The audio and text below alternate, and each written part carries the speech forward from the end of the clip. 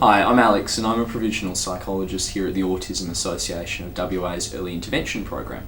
And today's question is, how can I help my students sit with their peers and have a conversation? First up, you want to consider, does this student use alternative and augmentative communication systems, or do they have verbal skills? Because if they're using something like PECS or a chat book or a high-tech communication device, the way that we go about supporting those skills will be quite different to if the student does have verbal communication skills and is speaking with their peers and others.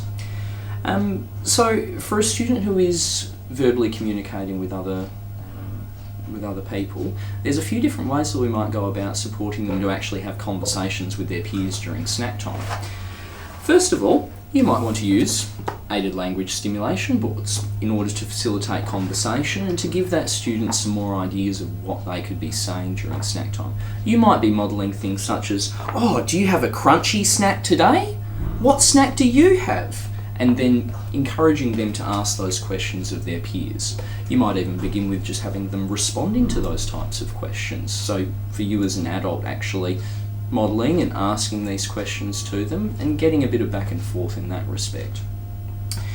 All the way through, you really want to be modelling communication ideas for that student and encouraging their peers to respond and to be part of that conversation as well. Sometimes it can be a little bit busy and overwhelming during snack time, so I guess be mindful of the physical environment and whether maybe breaking into smaller groups for snack might be more ideal to support that student's confidence and ability to communicate with their peers. Another way that you can go about encouraging a student to converse during snack times might also be using something like a WH questions board, so that we can visually prompt them to some other questions that they could be using during snack time. You could model questions for them such as, who bought your snack today? Or where did you get your snack from? Or what snack do you have today? And then teaching the student how to use a similar type of support themselves, or at least having that available during snack times, so that they can then start to use some of those questions for themselves.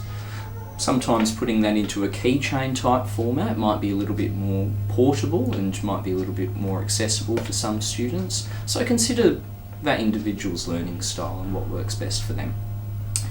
Big thing is make it fun. Snack times, meal times, we want these to be a fun time for our students with ASD, really for all of our students. So if you as an adult are supporting those snack times, try and make it fun. Have a good laugh with the kids and be silly, be funny, because that's going to encourage more conversation, interaction for your student on the spectrum.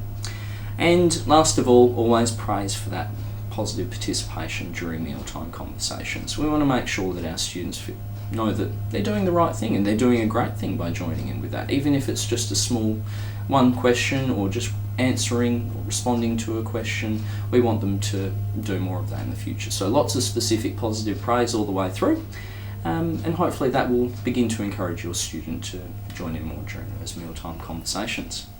Alright, that's all from me. Thanks for listening.